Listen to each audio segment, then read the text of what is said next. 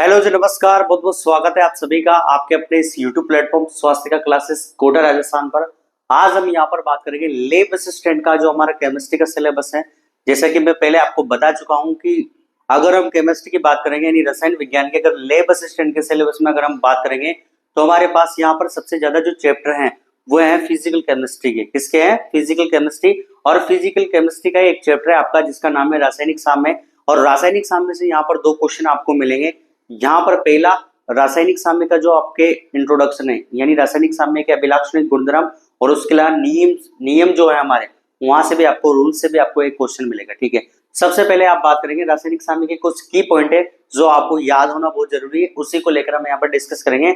और ये की पॉइंट पढ़ने के बाद एक 2016 में क्वेश्चन आया उसको हम यहाँ पर सॉल्यूशन के साथ देखेंगे। चलिए देखिए, सबसे पहले हम बात करते हैं रासायनिक साम्य के। सामने आपके सामने एक डायग्राम बना हुआ है। सबसे पहले बहुत सारे बच्चे ऐसे हैं, जब भी आप थ्योरेटिकल चीजों को पढ़ रहे हैं, मेरी बात ध्यान से सुने, जब भी आप थ्योरेटिकल चीजों को पढ़ रहे हैं तब आप इस बात का ध्यान रखें कि हमें किस फॉर्म में पढ़ना है, क्वेश्चन फॉर्म में।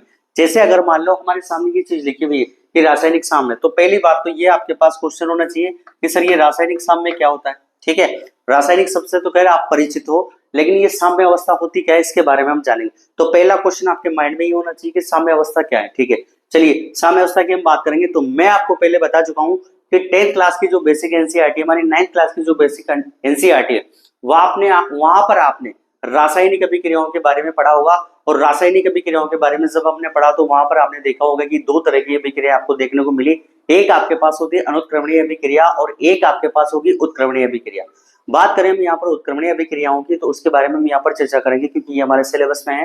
देखिए आप, अगर उत्क्रमणीय अभिक्रिया की हम बात करेंगे तो यहाँ पर दो चीजें हैं। देखो, पूरी जो स्टोरी है, मोरल ऑफ स्टोरी, वो दो बातों में टिकी हुई है, एक तो अभिकारक और एक किसमें होगा, उत्पाद में। चलिए देखिए, साइड में इसको डिस्कस हम यहाँ पर कर लेते हैं। एक आपके पास क्या है, अभिकारक, ठीक है, और एक हमारे पास क्या है, उत्पाद। चलिए यहाँ पर समझने वाली जो बात है वो ये है कि अभिकारक की सांद्रता किसमें बदल रही है, उत्पाद में। किसके साथ? समय के साथ। यानी अभिकारक की सांद्रता समय के साथ बदल रही है। दो मैंने अर्ध तीर के जो चिन्ह लगा रखे हैं वो इस बात को बता रहे हैं कि ये कौन सी अभिक्रिया, उत्क्रमणीय है। ठीक है, कौन सी अभिक्रिया है, उत्क्रमणीय अभिक्रिया है। चलिए सबसे पहले अगर यहाँ पर बात करेंगे सर समय के साथ कैसे बदल रही है और वो हमें साम्य अवस्था कहेंगे किसे। चलिए देखिए आप, यहाँ पर इस जगह पर मैंने लिख दिया सांद्रता, और सांद्रता को हम क्या बोलते हैं, कंसंट्रेशन भी बोल देते हैं। और सांद्रता का किसके साथ ग्राफ बनाते हैं हम, समय के साथ। चलिए किसके साथ, समय के साथ। समय को हम क्या बोलते हैं, टाइम। चलिए इसके साथ अगर हम ग्राफ को देखेंगे तो यहाँ पर आपको दो तरह की कलरफुल चौक दिख रही है। ठीक है, मैं पहले लिख देता हूँ। यहाँ पर ये वाला जो है ये आपका क्या है, यहाँ पर उत्पाद। ठीक है, और ये जो आपका येलो कलर की जो लाइन है ये किसको बता रही है, अभिकारक को। चलिए समझते इस ग्राफ के माध्यम से। देखिए सांद्रता और समय के मध्य जो ग्राफ है वो इस बात को बता रहा है कि समय के साथ किसकी सांद्रता बढ़ रही है, उत्पाद की, और किसकी सांद्रता कम हो रही है, अभिकारक की। आप अगर ध्यान से देखोगे तो ये लाइन ऊपर जा रही है और ये लाइन कहाँ आ रही है, नीचे। यहाँ से कैसे आ रही है, नीचे, और यहाँ से कहाँ जा रही है, ऊपर। तो हम इस बात से समझे कि अभिकारक और सांद्रता के मध्य का जो संबंध है, यानी उत्क्रमणीय अभिक्रियाओं में क्या होता है कि अभिकारक की सांद्रता में क्या होता है, परिवर्तन, और अभिकारक की सांद्रता में परिवर्तन होने के बाद उसका क्या बनता है, उत्पाद। और उसी कंडीशन में, क्योंकि उत्क्रमणीय शब्द दे रखा है ना, इसलिए उसी कंडीशन में उत्पाद वापस क्या बना लेता है, अभिकारक बना लेता है। चलो देखो आप, यहाँ पर हमारा पहला क्वेश्चन होगा साम्य क्या होता है। देखिए साम्य क्या होता है, देखिए आप यहाँ पर आप देखोगे कि ये, यानी कहने का मतलब अभिकारकों की सांद्रता कैसी हो रही है, कम हो रही है, और उत्पाद की सांद्रता कैसी हो रही है, बढ़ रही है। लेकिन जहां पर एक पॉइंट ऐसा आएगा जहां पर अभिकारक जो होंगे उनकी सांद्रता और उत्पाद की सांद्रता जो है ना वो दोनों कैसी हो जाएगी, स्थिर। कैसी हो जाएगी, स्थिर हो जाएगी। कैसी हो जाएगी, स्थिर। यहाँ पर ध्यान से सुने आप शब्द को, एक बिंदु ऐसा आएगा, एक पॉइंट ऐसा आएगा जहां पर अभिकारक की सांद्रता और उत्पाद की सांद्रता कैसी हो जाएगी, स्थिर हो जाएगी। ये ग्राफ इसी को बता रहा है। ये जो मैंने यहाँ पर व्हाइट चौक से जो चीज बना रखी है ना, ये एकदम यहाँ पर स्थिर हो गई, स्टेबल हो गई है। ठीक है, अब जैसे आगे इस ग्राफ के बारे में देखेंगे तो ये आगे से ये ग्राफ क्या आएगा, सीधा। और सीधा आने का मतलब ये आपको क्या समझा रहा है कि आगे जब ग्राफ बढ़ेगा तब कौन सा बिंदु आ जाएगा, कौन सा बिंदु आ जाएगा, साम्य। यानी वो अवस्था क्या कहलाएगी, साम्य अवस्था कहलाएगी। यानी अभिकारक और उत्पाद की जो सांद्रता है उसका एक बिंदु ऐसा, वो बिंदु जिसमें अभिकारक और उत्पाद की सांद्रताएं कैसी हो जाती है, स्थिर हो जाती है, स्टेबल हो जाती है, उसे हम क्या कहते हैं, साम्य अवस्था। उसे हम क्या कहते हैं, साम्य अवस्था। ध्यान से देखें, यहां पर जाकर उत्पाद और यहां पर जाकर अभिकारक दोनों की सांद्रता स्थिर होगी इस बिंदु को। ठीक है, इसी बिंदु को या इसी पॉइंट को हम क्या कहेंगे, साम्य अवस्था। क्या कहेंगे, साम्य अवस्था। तो अगर ऐसा डायग्राम अगर आ जाए तो डायग्राम देने के बाद आपसे थ्योरेटिकल पॉइंट भी पूछ सकते हैं, इसलिए इस डायग्राम को का जो महत्व था मैंने आपको बता दिया। आगे हम बढ़ते हैं। अच्छा, रासायनिक साम्य जो है हमेशा किस पात्र में होगा, बंद पात्र में। ठीक है, रासायनिक अभिक्रिया कौन सी होगी आपकी, उत्क्रमणीय। उत्क्रमणीय अभिक्रियाओं में जो है रासायनिक साम्य आपको देखने को मिलेगा। और उत्क्रमणीय अभिक्रिया क्या होती है, जहां पर अभिकारक किसमें बदल जाए, उत्पाद, और इन कंडीशन सेम कंडीशन में उत्पाद किसमें बदल जाएगा, अभिकारक में। चलिए, पहला पॉइंट हो गया, दूसरा पॉइंट हो गया। आगे बढ़ते हैं। साम्य अवस्था की अगर हम बात करें तो साम्य अवस्था जो है उसकी अगर हम बात करेंगे साम्य अवस्था में, तो यहाँ पर साम्य अवस्था में डेल्टा जी जो होता है उसका मान कैसा होता है, 0। डायरेक्ट आपको ऑप्शन में मिल सकता है। ठीक है, मैं आपको यहाँ पर शॉर्ट रिवीजन करवा रहा हूँ, बाकी आपने फुल डिटेल में जहां भी आपने ऑफलाइन ऑनलाइन लेक्चर पढ़े हैं वहां पर भी आपने ऐसी बातों को पढ़ा होगा। लेकिन यहाँ पर हमारा जो उद्देश्य है वो है कि हम डेली यहाँ पर कुछ की पॉइंट पढ़ेंगे। की पॉइंट का मतलब होता है वो ऐसे बिंदु जहां से क्वेश्चन आ सकते हैं। ठीक है, तो पहला बिंदु आपका पहला पॉइंट हो गया कि रासायनिक साम्य किसमें होता है, बंद पात्र में। रासायनिक अभिक्रिया कैसे होगी, उत्क्रमणीय। उत्क्रमणीय में अभिकारक से क्या बनता है, उत्पाद, और उत्पाद से वापस क्या बनता है, अभिकारक। चलिए, साम्य अवस्था में डेल्टा जी का मान कैसा होगा, 0। ठीक है, साम्य अवस्था में डेल्टा जी का मान कैसा होगा, 0। आगे इसी साम्य अवस्था को हम क्या बोलते हैं, गतिक साम्य। इसी साम्य अवस्था को हम क्या बोलते हैं, गतिक साम्य बोलते हैं। और गतिक साम्य जो होता है उसमें रासायनिक अभिक्रिया रुकती नहीं है। ठीक है, कैसी होती है, स्थिर होती है, इसलिए इसको हम क्या बोलते हैं, गतिक साम्य। ठीक है, ये एनसीईआरटी में मेंशन किया हुआ है पॉइंट, गतिक साम्य ये रासायनिक साम्य होता है। चलिए आगे देखिए। और इसके अलावा एक जो आपके मापनीय जो गुण है, मापनीय गुण का मतलब होता है जैसे ताप, दाब, घनत्व जो है वो कैसे होता है, स्तर। जब भी साम्य होता है, साम्य अवस्था आती है, उसके दौरान जो ताप, दाब और घनत्व जो होता है कैसे हो जाते हैं, स्तर, यानी कैसे हो जाते हैं, स्टेबल हो जाते हैं। चलिए आगे बढ़ते हैं। एक जो शब्द आएगा वो होगा उत्प्रेरक। साम्य अवस्था पर उत्प्रेरक का कोई प्रभाव नहीं पड़ता है। साम्य अवस्था पर उत्प्रेरक का कोई प्रभाव नहीं पड़ता है। ठीक है, ये शब्द भी आप ध्यान रखें, थ्योरेटिकल पॉइंट है, आपसे क्वेश्चन पूछा जा सकता है। आगे हम बढ़ते हैं। चलिए, यहाँ पर एक शब्द जो मैंने अलग अलग कलरफुल चौक से लिखा वो है सर आरएफ और आरबी। सर ये आरएफ और आरबी क्या होता है, चलिए इसको समझ लेते हैं। आरएफ आरबी की अगर हम यहाँ पर बात करें तो आरएफ जो है ना उसका मतलब यहाँ पर देखो, आर का मतलब यहाँ पर क्या हो गया, रेट। क्या होता है, रेट। और एफ का मतलब क्या हो गया, फॉरवर्ड। ठीक है, तो अगर इसको हम हिंदी में अगर इसको लिखे तो ये हो गया आपका अग्र। ठीक है, अग्र अभिक्रिया की दर। ठीक है, ये क्या होगी आपकी अग्र अभिक्रिया की दर। ठीक है, बराबर आपको दे रखा है आरबी। ठीक है, आरबी का मतलब यहाँ पर वही रेट और बी का मतलब बैकवर्ड। तो अब इसको हम क्या बोलेंगे, प्रतीप। क्या बोलेंगे, प्रतीप। प्रतीप अभिक्रिया की दर।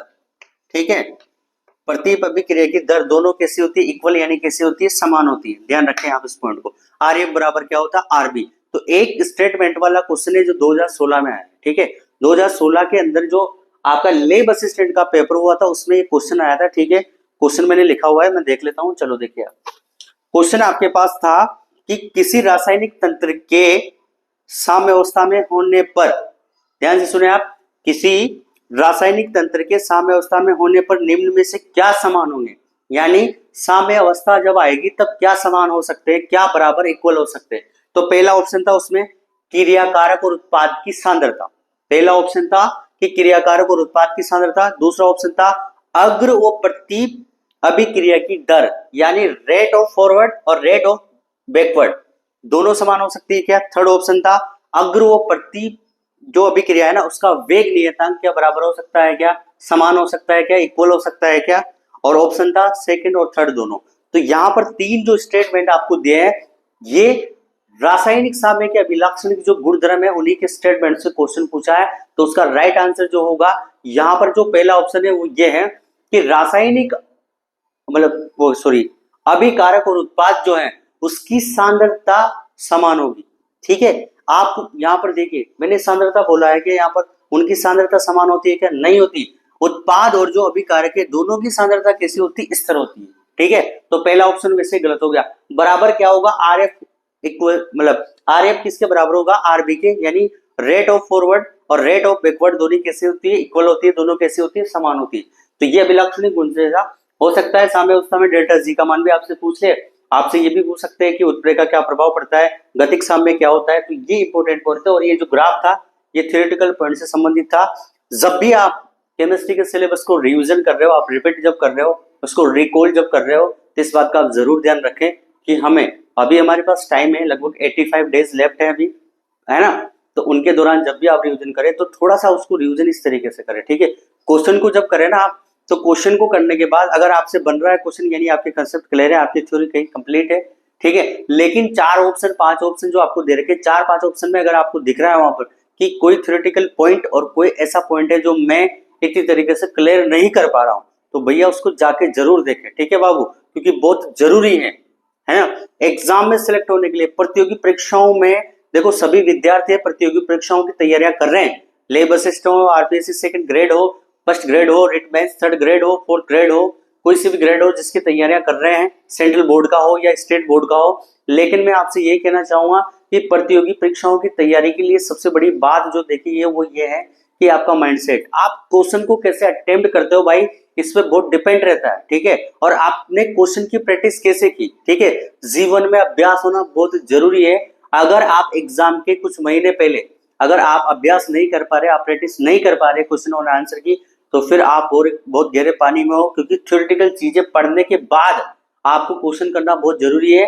और वो क्वेश्चन आपको बताएंगे कि जो थ्योरी आपने पढ़ी है वो कितने स्तर में आपने पढ़ी है, कितनी आपकी कंप्लीट है, कितना सा पार्ट आपका कंप्लीट हो गया है। इसलिए मैं तो अक्सर इस बात को कहता हूं कि जब भी आप किसी टॉपिक को पढ़ रहे हैं तो उस टॉपिक को पढ़ने के बाद उसके एमसीक्यू क्वेश्चन आपको करने चाहिए। उसके एमसीक्यू क्वेश्चन आपको इस बात को बता देते हैं कि आपका कितना कंसेप्ट क्लियर है और कितना आपने थ्योरी को अच्छे से पढ़ा है। तो ये बात आप ध्यान रखें कि जब भी आप रिवीजन करें तो ऐसे कुछ की पॉइंट आपके नोट्स में बना लें और उन की पॉइंट के माध्यम से आप तुरंत रिवीजन कर दें, क्योंकि की पॉइंट ऐसे होने चाहिए आपके जो लगभग सारी बातें कवर कर रहे हैं। की पॉइंट का मतलब ये नहीं है कि आप सारी बातें लिख लो, की पॉइंट का मतलब वो होता है जो आपके एग्जाम के अंदर आपसे पूछा गया, ठीक है, उसी को हम की पॉइंट बोलेंगे, ठीक है। मैं आशा करता हूँ इसमें आप बहुत स्वस्थ होंगे, मस्त होंगे। मेरी आपसे एक छोटी सी रिक्वेस्ट है, इससे पहले मैंने सॉलिड स्टेट का भी एक लेक्चर बनाया था, कल एक क्वेश्चन था इनऑर्गेनिक केमिस्ट्री का, उसका भी एक मैंने लेक्चर बनाया था। आज मैंने केमिकल जो आपका यहाँ पर रासायनिक साम्य है उसका भी एक शॉर्ट क्वेश्चन यहाँ पर बनाया है। क्वेश्चन मानो आप की पॉइंट मानो। तो मैं देख रहा हूँ कि जो है ना, मतलब जो स्टूडेंट है, जो विद्यार्थी जो तैयारियां कर रहे हैं, तो स्टूडेंटों को क्या है कि बहुत सारी चीजें पसंद है। मैं आपके ऊपर एक बात बताता हूँ, आप क्या करते हो कि जैसे मैंने नोटिफिकेशन के ऊपर अगर कोई वीडियो लेक्चर बना दिया, सॉरी, तो उसको आप तुरंत देखोगे, कोई भी चीज होगी उसको तुरंत देखोगे। अरे भाई मुझे पता है कि वो इन्फॉर्मेशन भी आपके पास होना बहुत जरूरी है, लेकिन मैं आपसे कह रहा हूँ कि जैसे केमिस्ट्री के क्वेश्चन एनालिसिस करना, पीवाईक्यू करना, ये क्वेश्चन जो मैं आपको यहाँ पर इस लेक्चर के माध्यम से बता रहा हूँ, तो प्लीज आप इसको भी उतना ही प्यार दें जैसा आपने पहले लेक्चर में दिया है, ठीक है, ताकि आपको यहाँ पर ये कुछ कॉन्सेप्ट और कुछ पॉइंट है ये आपको पता लगे। ये हमारा तरीका होने वाला है, ये सबसे बेस्ट मेरे को लगा, क्योंकि ज्यादा लंबा लेक्चर बनाने का भी समय भी नहीं है और दूसरा आपके पास इतना टाइम नहीं है कि आप उसको पूरा क्लियर कर पाओ। हम यहाँ पर शॉर्ट की पॉइंट लिखेंगे डेली और उन की पॉइंट के माध्यम से हम क्वेश्चन को यहाँ पर हैंडल करेंगे और देखेंगे कि इन की पॉइंट के माध्यम से हमारे जो हमारा मतलब वो प्रयोगशाला सहायक का जो एग्जाम हुआ उसमें किस तरीके के क्वेश्चन आपसे पिछले वर्षों पूछे गए हैं। बहुत बहुत धन्यवाद, बहुत बहुत आभार कि आप इतना कीमती समय निकालकर इस लेक्चर को देख रहे हैं। और मैं लास्ट लाइन आपसे ये कहना चाहूंगा कि लास्ट मौका समझकर जान लगा देना, कि लास्ट मौका समझकर जान लगा देना, लेकिन इस बार तुम लेब असिस्टेंट बनने का मौका हाथ से मत जाने देना।